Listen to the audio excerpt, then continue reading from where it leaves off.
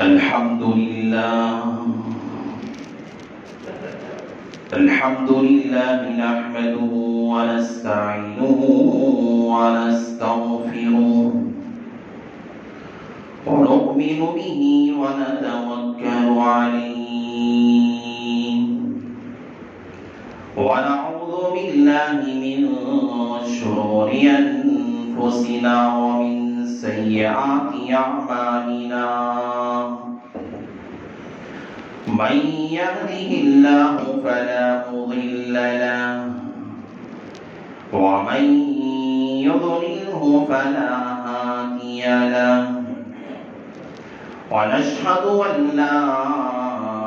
إله إلا الله وحده لا شريك له ونشهد أن سيدنا ومولانا محمدا عبده ورسوله صلى الله عليه وعلى آله وأصحابه وبارك وسلم تسليما كثيرا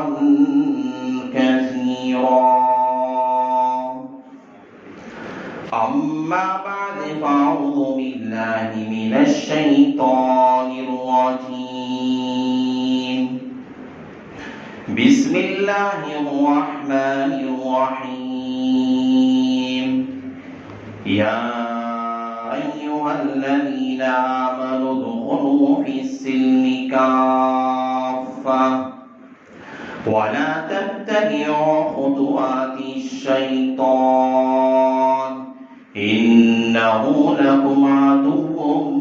مبين وقال تعالى في موضع آخر يا أيها الذين آمنوا قوا أنفسكم وأهليكم نارا وقال النبي صلى الله عليه وسلم كلكم راع وكلكم مسؤول عن رعيته أو كما قال النبي عليه الصلاة والسلام رب اشرح لي صدري ويسر لي أمري واحلل عقدة من لساني يفقه قولي اللهم صل على سيدنا مولانا محمد في أول كلامنا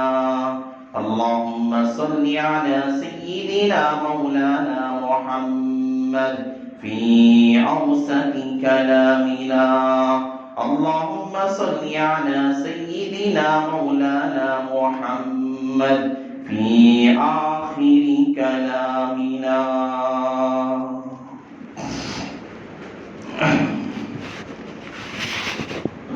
بزرگان محترم معزز سامعین کرام اور میرے غیور مسلمان نوجوان بھائیوں،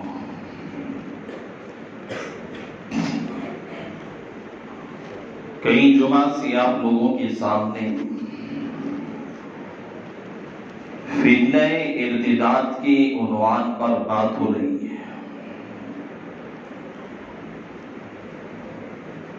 آپ حضرات کے سامنے بہت ساری ارتداد کے بارے میں رپورٹیں پیش کی گئی۔ گزشتہ جمعہ میں نے آپ کو بتایا ارتداد کب سے شروع ہوا تھا، کن لوگوں نے شروع کیا۔ اب یہ ہماری بچیوں کو مرتد بنانے کی جو کوششیں چل رہی ہے، کہاں تک چل رہی ہے، اور انہوں نے کیا طریقہ کار استعمال کیا ہے، کیسے آج ہماری بچیوں کو یہ لوگ پھنسا کر ایمان سے ان کے ہاتھ دھو دیتے ہیں۔ لیکن آج میں آپ حضرات کے سامنے وہ باتیں بتانے والا ہوں جو اتنا بڑا مسئلہ پورے ملک کے اندر پھیلا ہوا ہے اور جہاں ہر دنیا کی ہر کونے میں، دنیا کے ہر چپے میں جو یہ مسئلہ چل رہا ہے، آخر اس کی وجہ کیا ہے؟ اس کی وجوہات اور اسباب کیا ہیں جس کی وجہ سے آج ہماری بچیاں ہندوؤں کے ہاتھوں میں جا کر شادی کیا کر رہی ہیں، کسی کے ساتھ بھاگ کر جا کر شادی کر رہی ہیں؟ کیا وجہ ہے جو آج ہماری بچی جو مذہب اسلام پہ پیدا ہوئی، جس کے پیدا ہونے کے بعد ایک کان میں اذان دی گئی تھی، ایک کان میں اقامت کہی گئی تھی، اور جسے بتایا گیا تھا کہ تیرا رب ایک ہے، سب سے بڑا ہے، اس پوری کائنات سے بڑھ کے سب سے اعلیٰ اللہ کی ذات ہے، اس سے بڑھ کر کوئی ذات نہیں ہے، جسے سکھایا گیا تھا کہ ایک معبود حقیقی کے سامنے سجدہ کیا جاتا ہے، اس کے علاوہ کسی کے سامنے اپنی پیشانی کو نہیں جھکایا جاتا۔ آج ایسی ہماری مسلم گھرانے کی بچیاں، کیا وجہ ہے، کیا اسباب ہیں؟ آج ہماری بچیاں ہندوؤں کے ہاتھوں میں، پنڈتوں کے یہاں جا کر، مندروں میں گھنٹیاں بجا کر، چرچوں میں کھڑے ہو کر اپنے اسلام، اپنی شریعت اور دین محمدیہ کو خیر آباد کہہ کر، اپنے والدین کو خیر آباد کہہ کر یہ دیگر دینوں کو جو اپنا رہی ہے، مرتد ہو رہی ہے، اس کی آخر وجہ کیا ہے؟ میں آپ کو آج وہ اسباب بتانے والا ہوں جس سے آج ہماری بچیاں مرتد ہو رہی ہیں، اسلام سے نکل کر غیر مذہب، دوسرے پھر مذہب کو اختیار کر کر اپنی زندگی بسر کر رہی ہیں۔ اس کے اسباب کیا ہے اور وجوہات کیا ہے، آج میں آپ کو سمجھاؤں گا۔ ہمارے علماء نے کئی اس کے اسباب بیان کیے، تقریباً 13-14 وجوہات بیان فرمائے۔ میں کوشش کرتا ہوں جہاں تک ہو سکے یہ اسباب آپ کے سامنے بیان کر سکوں۔ دیکھیے، سب سے اہم سبب، سب سے بنیادی سبب اور سب سے بنیادی وجہ، آج پوری دنیا میں ارتداد کی جو لہر چلی ہے، فتنہ ارتداد جو عروج پہ چل رہا ہے، آج پورے ملک کے اندر جو تباہی کا بازار ارتداد کی وجہ سے گرم ہوتا چلا جا رہا ہے، اس کی سب سے اہم وجہ یہ ہے کہ آج ہمارے گھروں کے اندر سے دینداری ختم ہو چکی ہے۔ سب سے اہم وجہ، سب سے بنیادی وجہ، آج مسلمانوں کے گھر میں دینداری کا نہ ہونا، دینی تعلیم کا نہ ہونا، گھر کے اندر بددینی کا ہونا، یہ سب سے اہم اور سب سے اہم سبب ہے۔ آج اس کی وجہ سے آج ارتداد کا بچے جو شکار ہو رہے ہیں، آج ہمارے گھر دینداری سے خالی ہے، تعلیم سے خالی ہے، قرآن اور حدیث کی تلاوتوں سے آج ہمارے گھر خالی پڑے ہوئے ہیں۔ اولیاء اکابرین کے تذکرے، ان کے واقعات، صحابہ کے واقعات، اولیاء کے تذکروں سے، ان کے واقعات سے، امہات المؤمنین کے واقعات سے آج ہمارے گھر خالی پڑے ہوئے ہیں۔ نہ آج ہمارے گھروں میں اللہ کے کلام کی تلاوت کی کوئی معمولات ہے، نہ حدیث پاک کے پڑھنے کے معمولات ہیں، نہ اولیاء کے تذکرے اور واقعات کے پڑھنے کے معمولات ہیں، نہ حضرات صحابہ کے واقعات اور ان کے کارنامے پڑھنے کے ہمارے یہاں معمولات ہیں۔ ایسا کوئی مسئلہ ہمارے گھروں میں نہیں ہے۔ آج ہم لوگ اگر دیکھیں گے ہمارے گھروں کا ماحول ایسا ہے، وہاں قرآن پڑھنے کی جگہ، قرآن کی تلاوت کی جگہ ہمارے گھروں میں آج فلمیں دیکھی جاتی ہیں، بڑی بڑی ٹی وی آج ہمارے گھروں میں ہے۔ آج ہم لوگ اپنے بچوں کو قرآن پڑھانے کی جگہ، حدیث سکھانے کی جگہ، تعلیم دلانے کی جگہ، ارے اس زمانے کے اندر ہم لوگوں نے بس پڑھا ہے۔ ایسا بھی زمانہ تھا کہ پہلے زمانے کے اندر لوگ جہاں عرانیت کا دور کم تھا، جہاں بے حیائی کا دور کم تھا، یہ فلمیں دیکھنا، گانے سننا، موسیقی کا سننا، یہ جب کم عام جو بہت کم چلا کرتا تھا، گھروں کے اندر مائیں اپنی بچیوں کو حضرت عمر فاروق کے واقعے سنایا کرتی تھی، مائیں اپنی بچوں کو حضرت ابوبکر صدیق کے واقعے سنایا کرتی تھی، مائیں اپنی بچیوں کو حضرت عمر بن الخطاب کی بہادری کو سنایا کرتی تھی، مائیں اپنی بچیوں کو نبی کریم صلی اللہ علیہ وسلم کے تذکرے سنایا کرتی تھی، مائیں راتوں میں اپنی بچیوں کو قرآن کا پڑھنا سکھایا کرتی تھی، حدیث کا پڑھنا سکھایا کرتی تھی، اکابرین کے تذکرے، علماء کے واقعات، علماء کے تذکرے ان کی کتابوں میں ہوتے تھے، پڑھ کے سنایا کرتی تھی، سمجھایا کرتی تھی، لطیفے بولا کرتی تھی، واقعات سمجھایا کرتی تھی۔ لیکن یہ دور ختم ہو گیا، لیکن یہ ایسے معمولات آج ہمارے گھروں سے ختم ہو چکے ہیں،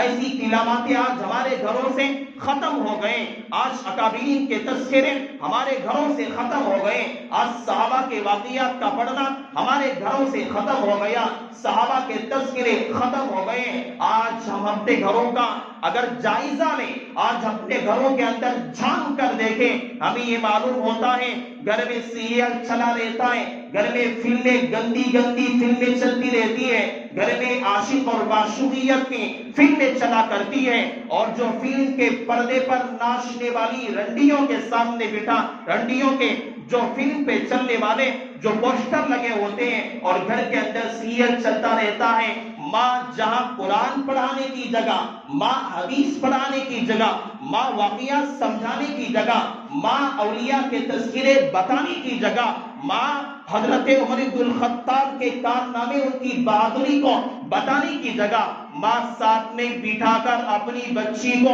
عاشق اور معشوق کے سیریل دکھائے گی، محبت کے سیریل دکھائے گی، محبت کے گانے دکھائے گی، محبت کی فلمیں دکھائے گی۔ قرآن کو پسے پشت ڈال دیا، حدیث کو ہم نے پسے پشت ڈال دیا، ہم نے صحابہ کے واقعات، کارناموں کو پسے پشت ڈال دیا۔ آج ہم سمجھتے ہیں آج ہمارے بچوں کا ایمان محفوظ ہو جائے، ہم سوچتے ہیں آج ہمارے بچوں کا مذہب محفوظ ہو جائے، آج ہم یہ سوچتے ہیں آج ہمارے گھروں کے اندر دینداری آ جائے، یہ ہو نہیں سکتا۔ ہم نے قرآن کا پڑھنا چھوڑا، تلاوتوں کو ہم نے چھوڑا، حضرت صحابہ کے تذکرے ہم نے چھوڑ دیے، ان کے واقعات، ان کے تذکروں کے کارناموں کو ہم نے چھوڑ دیا۔ ہم نے چاہا کہ ہمارا گھر کا بچہ اور ہمارے گھر کا ماحول جو ہے فلاں فلم میں کام کرنے والا جو ایکٹر ہے، اس طرح میرے گھر کا ماحول بنے، میرے گھر میں بڑی لمبی اتنی انچ کی میں ٹی وی لا کر رکھوں گا، فلاں سیریل میری بیٹی دیکھے گی، میری بیوی دیکھے گی، میں اپنے بچے کے لیے بہترین سے بہترین موبائل خرید کر دوں گا، وہ اس میں گیم کھیلے گا، وہ چیٹنگ کرے گا، وہ واٹس ایپ پہ چیٹنگ کرے گا، وہ فیس بک پہ چیٹنگ کرے گا، وہ اپنی معشوقیت کو لڑائے گا۔ میں اپنی بچی کو آن لائن کلاس کے بہانے میں موبائل خرید کے دوں گا۔ میری بچی موبائل میں کیا کر رہی ہے؟ کیا صرف پڑھائی کا کام کر رہی ہے؟ کیا تعلیم بس حاصل کر رہی ہے؟ کیا کوئی دوسرا بھی کام کر رہی ہے؟ مجھے اس سے کوئی سروکار نہیں ہے، میں نے خرید کے دے دیا، اور راتوں میں کیا فلمیں دیکھتی ہے، وہ گندے فلمیں دیکھ رہی ہے، مجھے اس کی کوئی پرواہ نہیں ہے۔ میرا بچہ راتوں میں گندے فلمیں دیکھتا ہے، مجھے کوئی اس کی پرواہ نہیں ہے۔ میرے گھر کا ماحول دیندار ہونا چاہیے، میرے گھر کے اندر میرا بچہ اخلاق والا ہونا چاہیے، میرے گھر کا بچہ مہذب بننا چاہیے، میری بچی قرآن پڑھنے والی بننی چاہیے، میری بچی میرا نام روشن کرنے والی بننا چاہیے۔ ایسا لاکھ آپ بولتے جائیں گے، لاکھ اپنی خواہشیں اپنی قبر میں گاڑ لیں گے، لیکن اگر گھر کا ماحول ایسا رہے گا، یاد رکھو اپنے بچوں کو کبھی دیندار نہیں بنا سکتے۔ سب سے اہم وجہ ہے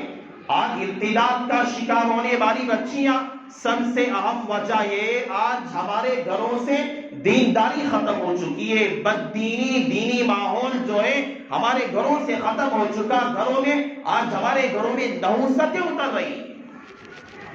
ایسا ماحول رہے گا جہاں باپ سوچے گا میری بیٹی فلاں اختر کی طرح بنے، میرا بیٹا فلاں اختر کی طرح بنے گا، میرا گھر میں فلاں اختر کے گھر کی طرح میرا گھر کا ماحول رہے، کہاں سے بچے دیندار بنیں گے، کہاں ارتداد کا یہ مسئلہ ختم ہوگا؟ مائیں اگر صحیح رہے گی، سب سے پہلی بات یاد رکھو، اگر ہمارے بچے، میرا بچہ اگر دیندار بننا ہے، میرا بچہ اگر دیندار بننا ہے، سب سے پہلے مجھے دیندار بننا پڑے گا. میری بچی اگر دیندار بننا ہے، صحیح میری بچی بننا ہے، تو وہ سب سے پہلے ماں کو دیندار بننا پڑے گا. صبح سے لے کر شام تک بچی اپنی ماں کو دیکھتی ہے، صبح سے لے کر شام تک بچی اپنی ماں کے کیریکٹر کو دیکھتی ہے، ماں کے اخلاق کو دیکھتی ہے، ماں کی تہذیب اور تمدن کو دیکھا کرتی ہے. صبح سے لے کر شام تک میری ماں کیا کرتی ہے، میری ماں کیا نماز ادا کرتی ہے، قرآن پڑھا کرتی ہے، صحابہ کے واقعات پڑھتے ہیں، کتابیں پڑھا کرتی ہے، تسبیحات کی پابندی کیا کرتی ہے. کیا وہ صالحہ ہے، نیک اعمال کیا کرتی ہے، یا وہ بھی موبائل میں جو ہے مشغول ہو جاتی ہے، فلموں میں مشغول ہو جاتی ہے، سیریلوں کی دیوانی اور مجنونہ ہو جاتی ہے. بیٹی صبح سے لے کر شام تک اسی اپنے گھریلو ماحول میں رہا کرتی ہے. اگر ماں نے اس کا کیریکٹر صحیح نہیں کیا، اگر ماں نے اپنے اخلاق صحیح نہیں بنائے، اگر ماں نے اپنی تہذیب اور تمدن کو صحیح نہ کیا، بچی کے اندر ورنہ بگاڑ پیدا ہو جائے گا، ورنہ شرمندگی کے علاوہ کوئی اور راستہ نہ ہوگا. ہم نے اغیار کے طریقے کو اپنایا. دوسرے مذہب والے کیا کرتے ہیں، دوسرے لوگ کیا کرتے ہیں، آج ہمارے گھروں میں یہ ماحول لانا چاہتے ہیں. حضرت مولانا پیر ذوالفقار صاحب نقشبندی دامت برکاتہ العالیہ نے، حضرت نے اپنی کتاب میں ایک واقعہ لکھا ہے اپنا. حضرت فرماتے ہیں میں ایک سفر میں جا رہا تھا، میں اپنے سفر میں گاڑی میں جب بیٹھا، ایک امریکن لڑکی میرے سامنے آ کر بیٹھ گئی. میں بتانا یہ چاہتا ہوں اس واقعے سے، آپ دیکھو ماں کے اندر سب کچھ ہوتا ہے. ماں اگر صحیح بن گئی، ماں جیسے بچی کو سکھاتی ہے، بچی ویسے ہی بنا کرتی ہے. امریکن لڑکی حضرت فرماتے میرے سامنے آ کر بیٹھ گئی اور میں کتاب پڑھ رہا تھا. کھانے کا وقت ہوا، کھانا لا کر رکھا گیا سامنے. مجھے کھانا کھانا نہیں تھا. حضرت فرماتے ہیں مجھے بھوک نہیں تھی، میں کتاب پڑھنے میں مشغول تھا. اس عورت کے پاس ایک چھوٹا سا بچہ، 2 سال کا بچہ تھا. وہ بچے کو کھانا کھلا رہی تھی. جب بھی لقمہ اس بچے کے منہ میں ماں ڈالتی، وہ بچہ اپنی ماں کو ٹھانس بولتا. ایک لقمہ کھلائی، پھر ٹھانس بولا، ماں ٹھانس. پھر دوسرا لقمہ کھلائی، پھر بچے نے کہا، چھوٹا بچہ 2 سال کا، اس نے پھر کہا کہ ماں ٹھانس. حضرت فرماتے ہیں میں نے جب کئی مرتبہ یہ لفظ سنا، مجھے کچھ فیلنگ سی آ گئی. میں سوچنے لگا کیا بات ہے، کیا ماجرا، کیا نیا ایسا طریقہ ہے. تو اس کے بعد کچھ کھانے کے لقمے جو ہے بچے کے اس کپڑوں پہ پڑ گئے. بچے نے ماں کو اشارتاً ماں کہہ کر پکارا، اشارہ کیا کہ اس کے کپڑوں پر جو ہے کھانا پڑا. ماں نے ٹیشو پیپر لیا اور بچے کے کپڑے کو صاف کیا، جو کھانے کے دانے پڑے ہوئے تھے، لقمہ جو گرا ہوا تھا اسے صاف کر دیا. صاف کرنے کے بعد ماں نے بچے سے کہا کہ ٹھانس. یہ جب حضرت فرماتے ہیں میں نے دیکھا، ارے شکریہ بولنا، تہذیب سکھانا، اخلاق اور کردار سکھانا اسلام نے مسلمانوں کو سکھایا ہے. لیکن مسلمان مائیں نے چھوڑ دیا، غیروں نے، ایک امریکن لڑکی نے اپنے بچے کو سکھایا کہ شکریہ کیسے بولا جاتا ہے، اخلاق کیسے سیکھے جاتے ہیں. چھوٹی 2 سال کی بچی کو ایک امریکن لڑکی سکھا رہی ہے کہ دینے پر یا لینے پر کیسے شکریہ ادا کرنا چاہیے. جو طریقہ مسلمانوں کا تھا، جو طریقہ مسلمانوں کو اپنانا چاہیے تھا، آج ہم لوگوں نے اسے ترک کر دیا، چھوڑ دیا، جس کی وجہ سے غیر مذہب کے لوگوں نے اسے اپنا لیا ہے اور ہم لوگوں نے اغیار کے طریقے کو اپنایا اور اللہ کے نبی علیہ السلام کے طریقے کو ہم نے چھوڑ دیا. اللہ کے نبی کے جو ہے طریقے کو ہم نے چھوڑ کر زندگی گزارنا چاہتے ہیں. حضرات صحابہ کے، تابعین کے، تابعین کے طریقے کو ہم چھوڑ کے زندگی گزارنا چاہتے ہیں. قیامت کی صبح تک ہماری زندگی نیک اور دیندار کی نہیں بن سکتی. اس لیے سب سے پہلے گھروں کا ہمارا ماحول صحیح رکھنا چاہیے. میرا بچہ بغیر نماز کے گھومتا ہے، شریر قسم کے بچوں کے ساتھ گھومتا ہے، اسے نمازی بنانا چاہیے۔ میری بچی بغیر نماز کے گھر میں رہتی ہے، ماں چاہتی ہے میری بچی نمازی بن جائے، ماں کو سب سے پہلے نماز پڑھنا پڑے گا، باپ کو سب سے پہلے نمازی بننا پڑے گا۔ باپ جو ہے 10 بجے تک سوتا رہا، ماں 9 بجے تک سوتی رہی، اور یہ چاہتی ہے میری بچی تہجد گزار بن جائے، ماں یہ چاہتی ہے میری بچی فجر کی پابندی کرنے والی بن جائے۔ باپ 10 بجے تک سوتا ہے، چاہتا ہے کہ میرا بچہ جو ہے فجر پڑھنے والا بن جائے، یہ ہو نہیں سکتا۔ گھر میں والدین ہیں، اگر والدین کو چاہیے اپنے بچے فجر پڑھنے کی عادت ڈالیے، دونوں کو اٹھنا پڑے گا، دونوں کو فجر کی پابندی کرنی پڑے گی۔ بیٹی تم اپنے ماں کے کردار کو دیکھے گی، ارے میری ماں صبح میں فجر کی نماز کے لیے اٹھ رہی ہے، ایک دن ناغہ کرے گی، 2 دن ناغہ کرے گی، تیسرے دن کیا کرے گی؟ ماں کے ساتھ کھڑی ہو جائے گی، وضو کر کے ماں کے ساتھ نماز ادا کرے گی۔ بیٹا ہے، باپ ایک دن اٹھائے گا، انکار کر دے گا بیٹا، 2 دن اٹھائے گا، تیسرے دن تو کم سے کم باپ کے ساتھ فجر کی نماز کو آنے کے لیے تیار ہو جائے گا۔ ارے باپ بھی سوتا رہا، ماں بھی سوتی رہی، اور نماز گھر میں جو ہے ترک کر دیا گیا، قرآن کی تلاوت کو ترک کر دیا گیا، اور چاہتی ہے کہ میری بچی اور میرا بچہ بڑا دیندار بن جائے، یہ ہرگز ہو نہیں سکتا، یہ ناممکن باتوں میں سے۔ بچے جو چھوٹے ہوتے ہیں، علماء نے لکھا ہے سب سے زیادہ جو انسان کے اعضاء اور بچے کے اعضاء میں جو تیزی سے بڑھنے والا جو جز ہے، جو عضو ہے، وہ انسان کا دماغ ہے۔ بچوں کے دماغ بہت جلد بڑا کرتے ہیں، ہاتھ اور پیر تو بڑھتے ہی ہیں، لیکن سب سے زیادہ تیزی سے بڑھنے والی جو انسان کے جسم میں جو چیز ہے وہ دماغ ہے بچوں کا، جو بہت زیادہ تیزی سے بڑھنے لگتا ہے۔ بچہ جب بچپن ہی سے دیکھتا ہے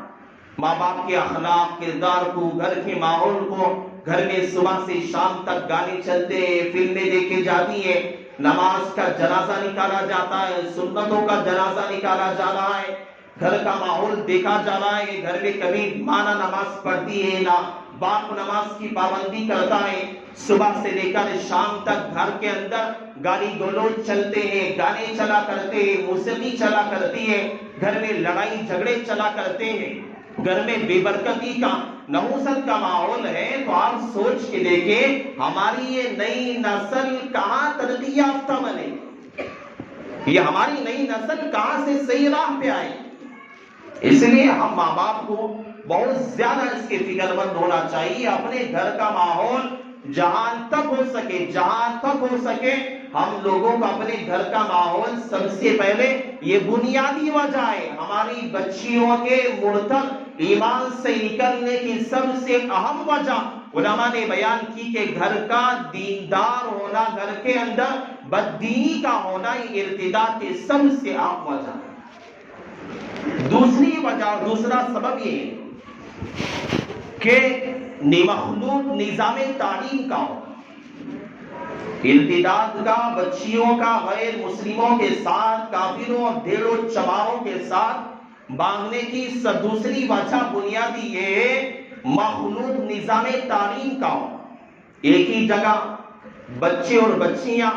ایک ہی جگہ لڑکے اور لڑکیاں، کالج کے اندر، اسکولوں کے اندر، یونیورسٹی کے اندر ایک ہی جگہ مخلوط مل کر تعلیم حاصل کرنا، 8 گھنٹے ایک ہی جگہ بیٹھ کر پڑھنا، تعلیم حاصل کرنا، یہ دوسری اہم وجہ ہے جو ارتداد کی سب سے اہم وجہ ہے۔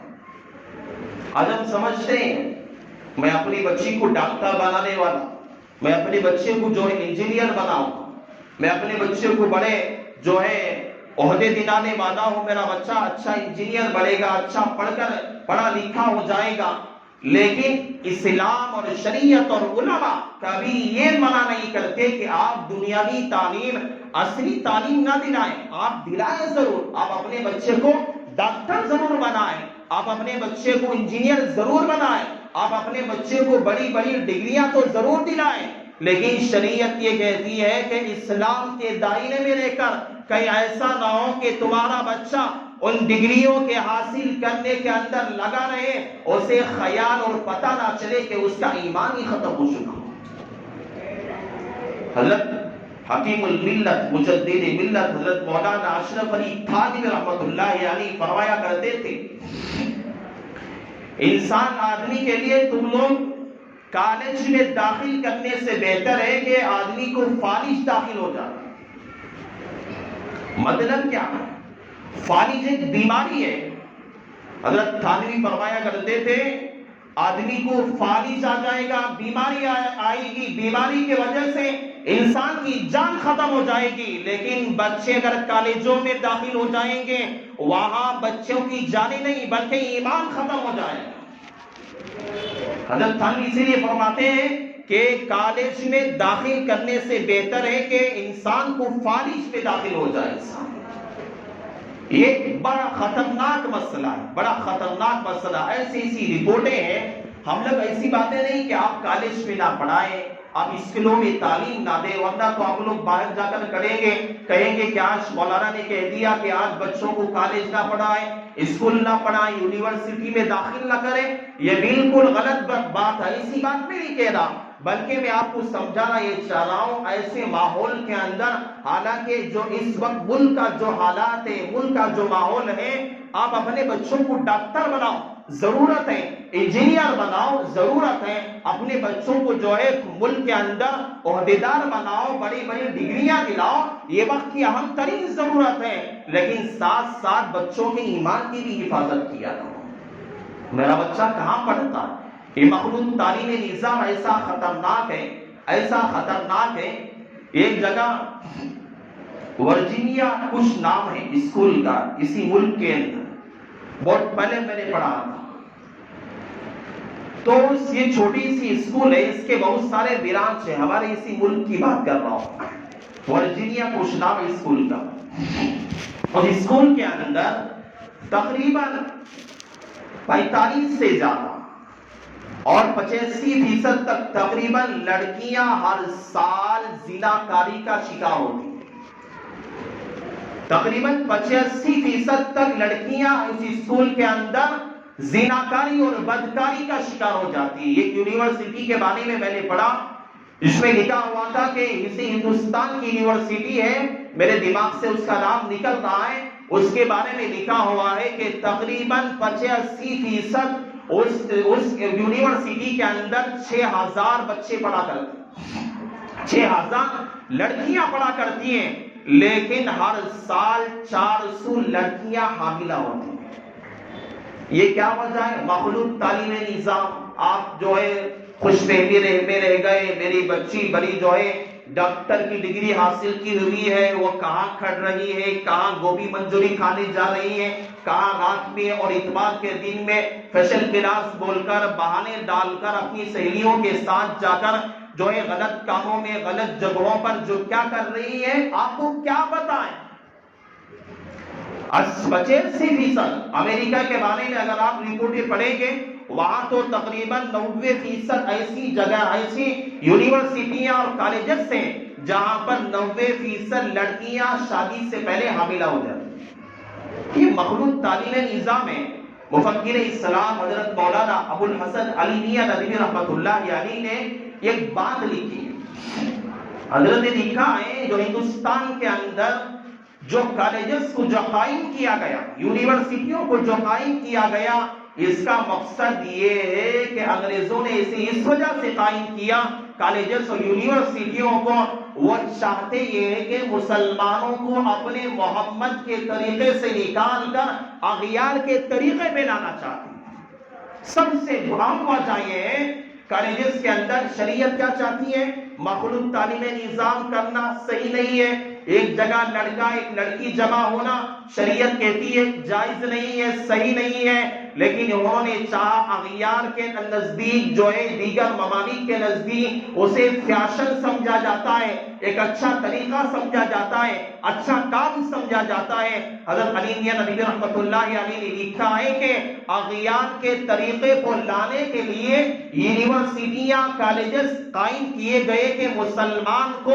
اسلام کے طریقے، مذہب اسلام اور پیغمبر کے سنتوں اور طریقے سے نکال کر اغیار کے نہج پہ لایا جائے۔ اسی لیے اکبر الہ آبادی نے بہت بہترین شعر کہا، اکبر الہ آبادی نے فرعون کے بارے میں جو شعر کا جو فرعون کی جو 60,000 سے زیادہ بچوں کا قاتل ہے، جو 60,000 سے زیادہ، یوں تو بچوں کے قتل سے، بچوں کو یوں تو وہ قتل نہ کرتا، یوں تو وہ بچوں کو قتل نہ کرتا، افسوس کہ فرعون کو کالج کی نہ سوچی۔ اکبر الہ آبادی نے کہا اس کا مطلب یہ فرعون نے 60,000 بچوں کو جو قتل کیا، اس سے بہتر ہے فرعون کوئی کالج بنا دیتا، کوئی یونیورسٹی بنا دیتا،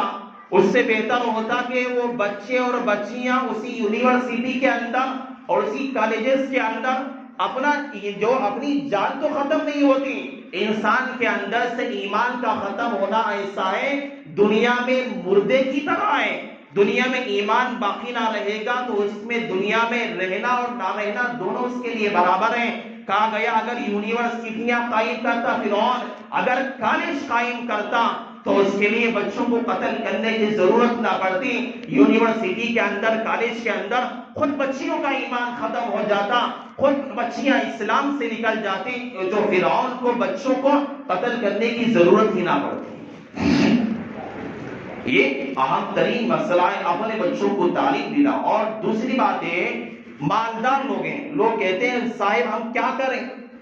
آج آپ کہتے ہیں دینی نظام سے بچوں کو اسکول کالج پڑھاؤ، ہمارے شہر میں کہاں نظام ہے؟ اسلامی طریقے پہ کون سی اسکولیں ہیں؟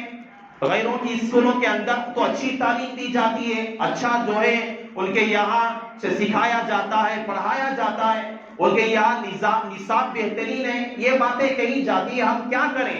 اس لیے ہمارے مسلمان جو مالدار ہیں، صاحب نصاب جو لوگ ہیں، صاحب ثروت والے جو لوگ ہیں، مالداروں کو اپنا پیسہ عیاشی میں گزارنے سے،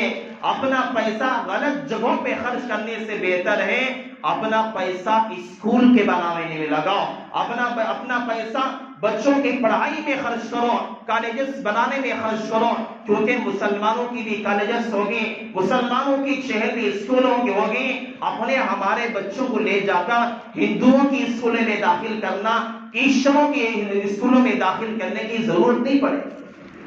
یہ اس وقت بہت اہم مسئلہ ہے۔ مولانا خالد صاحب ٹمکور والے، ہم تقریباً قریب ہی میں ہمارے شہر میں آئے تھے، ٹمکور والے مولانا خالد ندوی صاحب دامت برکاتہ العالیہ نے کہا تھا کہ اس وقت ملک کے اندر بہت اہم ترین ضرورت ہے کہ اسلامی نہج پر مسلمان اسکول قائم کرے، کالجز قائم کرے۔ جس طرح نماز کا فریضہ اہم ترین ہے، زکوٰۃ کا فریضہ اہم ترین ہے، جس طرح دعوت و تبلیغ کا فریضہ اہم ترین ہے، جس طرح جو ہے نماز اہم ترین ہے، اسی طرح اس وقت کے اندر موجودہ حالات کے اندر ہمارے بچوں کے لیے اسلامی نظام، اسلامی طریقے پر اسکولوں کا قائم کرنا، یہ بھی دین کی سب سے اہم ترین خدمت ہے، بہت اہم ترین خدمت ہے۔ اس لیے مالداروں کی اس کی طرف توجہ کرنی چاہیے، جہاں تک ہو سکے اسکولوں کو قائم کرنا چاہیے، کالجز کو قائم کرنا چاہیے، تاکہ ہمارے بچوں اور بچیوں کو دوسروں کے کالجز میں داخل کرنے کی ضرورت نہ پڑے، اس کی فکر کرنی چاہیے۔ دو وجہ آپ لوگوں کے سامنے میں نے بیان کی ہے، جو ہے تقریباً وقت ہو چکا ہے، انشاءاللہ آنے والی جمعہ میں اور جو وجوہات ہیں، جو ارتداد کی وجہ جو ہے، ان اسباب کو میں آپ لوگوں کے سامنے رکھوں گا۔ اللہ نے جو باتیں اللہ نے مجھ سے کہلوائی، اللہ تعالیٰ مجھے سب سے پہلے اللہ عمل کی توفیق نصیب فرمائے، اللہ آپ لوگوں کو بھی عمل صالح کی توفیق نصیب فرمائے۔ اس عنوان سے ہٹ کر ایک اہم بات یہ ہے، جو ہندوستان کی تنظیم اور جماعت جو سب سے اہم جمعیت العلماء ہند، اس ہندوستان کی آزادی سے پہلے اسے قائم کیا گیا، تقریباً 100 سال سے زائد کا عرصہ گزر چکا ہے۔ 1919 نومبر کے اندر جمعیت العلماء ہند کا جو قائم کیا گیا تھا، جو سب سے پہلے طالب علم دارالعلوم دیوبند کے اور جامعہ اسلامیہ کے بانی حضرت مولانا محمود الحسن دیوبندی رحمۃ اللہ علیہ نے جن مقاصد کو سامنے رکھ کر اس جماعت کو قائم کیا، اور جس کے صدر سب سے پہلے حضرت مولانا مفتی کفایت اللہ صاحب دہلوی رحمۃ اللہ علیہ سب سے پہلے جمعیت العلماء کے صدر بنے۔ یہ جو تنظیم جمعیت العلماء ہے، ہمارے تمام دارالعلوم دیوبند کے اکابرین کے اس تنظیم کو، اس جماعت کو قائم کیا۔ الحمدللہ ہندوستان کی آزادی کے اندر ریشمی رومال کی جو تحریک چلائی گئی، سب سے اہم کردار جمعیت العلماء ہند نے کیا۔ جمعیت کی تاریخ پیش کرنے کے لیے ایک لمبا وقت چاہیے، لیکن اب اس وقت اس کی ضرورت نہیں ہے۔ آپ لوگوں کو کے سامنے چند باتیں میں کرنا چاہتا ہوں۔ جمعیت العلماء کی وجہ سے آج پورے ملک کے اندر بہت سارے کام ہو رہے ہیں۔ ہمارے علماء نے ہندوستان کی آزادی کے موقع پر جو قربانیاں دی ہیں، اس قربانیوں میں جمعیت العلماء ہند کا سب سے اہم کردار رہا۔ الحمدللہ اسی نہج پر، اسی طریقے پر جو ہے کام الحمدللہ ہمارے اکابرین کے سرپرستی میں یہ کام چل رہا ہے۔ کئی جگہ پہ سیلاب آیا، لوگ گھر سے بدر ہو گئے، گھر ڈوب کے چلے گئے، جو ہے بے سہارا ہو گئے۔ وہاں پر کئی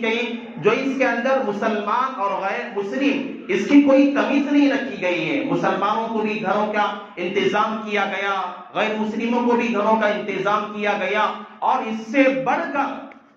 علماء جو جیلوں کی سلاخوں کے پیچھے تھے، اور سب سے ہماری ریاست کرناٹک کی بڑی عظیم الشان شخصیت حضرت مولانا انظر شاہ صاحب دامت برکاتہم العالیہ، جو ذرا سلاخوں کے پیچھے پڑے تھے۔ میں کہتا ہوں اگر جمعیت حضرت مولانا ارشد مدنی صاحب دامت برکاتہم العالیہ، اللہ تعالیٰ حضرت والا کا سایہ اس ملت پر تادیر قائم و دائم رکھیں، اللہ تعالیٰ حضرت والا کو صحت کاملہ اللہ عطا کرے، اللہ حضرت والا کی عمر میں برکت عطا کرے، حضرت والا کی جد و جہد، ان کی صحیح اور کوششوں سے کئی علماء اور کئی لوگوں نے جو جیل کی سلاخوں کے پیچھے تھے رہائی حاصل کی۔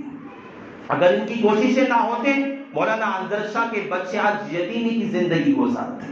مولانا انظر شاہ کی بیوی آج بیوہ، شوہر کے رہتے ہوئے بیوہ کی زندگی گزارتی، مولانا مفتی عبد القیوم صاحب آج یہ بھی اب تک سلاخوں کے پیچھے رہتے۔ کئی علماء کو جو ابھی حضرت مولانا جو ہے کریم صدیقی صاحب دامت برکاتہم العالیہ کو جو سلاخوں کے پیچھے ڈال دیا گیا، اس کی طرف کون کوششیں کر رہے ہیں؟ جمعیت العلماء ہند کی یہ کام کر رہی ہے۔ الحمدللہ پورے ملک میں یہ ہمارے اکابرین کی سرپرستی جب تک رہے گی، انشاءاللہ ہم امیدوں سے کہیں گے یہ کام چلتا رہے گا انشاءاللہ۔ 100 سال سے تقریباً 102 سال اس کی عمر ہو گئی ہے، اور ہر سال ایک طریقہ ہے، ہر 2 سال میں ایک مرتبہ ممبر سازی کی جاتی ہے۔ جو ممبران قدیم پرانے ہیں ان کی تجدید ہوتی ہے، اور جو نئے ممبران کو اس میں شامل کیا جاتا ہے۔ تو اسی طرح اس آج کے دن میں ہمارے شہر کے اندر سارے مساجد کے اندر ممبر سازی کا کام ہو رہا ہے۔ الحمدللہ ہماری اس مسجد میں بھی کام ہوگا۔ آپ کو دونوں گیٹوں کے پاس جو ہے نوجوان کھڑے ہوں گے، حفاظ کھڑے ہوں گے، آپ جاتے ہوئے بس 2 روپیے اس کا ٹوکن ہے،